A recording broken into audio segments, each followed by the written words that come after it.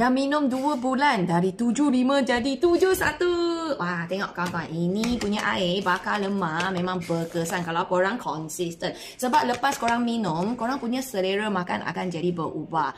That's why korang akan rasa kurang rasa nak makan manis, makanan manis, minuman manis. Yang manis-manis korang akan kurang suka. Dan rasa ni ialah pahit-pahit manja punya. Okay, pahit-pahit manja you akan semakin suka. Manis-manis you akan semakin kurang suka. So imagine badan korang ataupun mulut korang dah kurang suka manis, you tak akan rasa asyik nak makan punya itu perasaan dekat badan.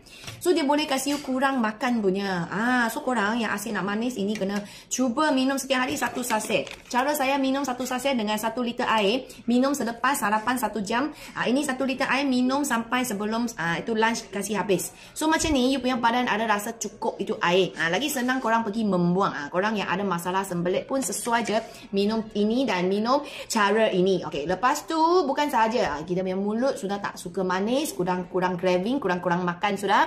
Korang punya rasa kenyang itu selalu ada dekat perut. Tu yang best. Okey, lepas tu lepas korang minum pagi-pagi you sepanjang hari rasa bertenaga. And then you boleh gerak lebih, you punya aktiviti harian you boleh buat lebih, kerja rumah boleh lebih, senaman pun lebih, semangat tinggi, angkat 5 tangan sama 5 kaki semua boleh lebih. So ini lebih-lebih juga kasih you cepat kurus punya. Okey. Lepas tu 1 saset sekarang baru 10 kalori je. So you imagine 1 botol air ni korang masuk 1 saset jadi 10 kalori je. So you minum dia taklah buat you gemuk langsung. Lagi stable kan you punya gula. Sebab dalam ni dia langsung tak ada krema, susu, bahan-bahan macam gula, pemanis, semua bahan kimia semua tak ada.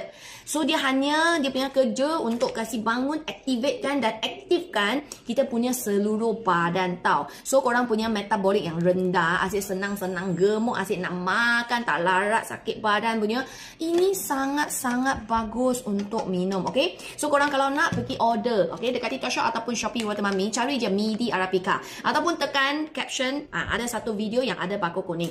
Order dan minum kawan-kawan setiap hari. 1 saset dah okey, tak payah 2, 3, 4, 5 tak payah. 1 hari 1 saset larut dengan 1 liter air yang biasa. Dia senang je larut, jangan risau. Dan rasa dia langsung tak manis. Sebab dia ni belakang ni kalau you nampak ada gula.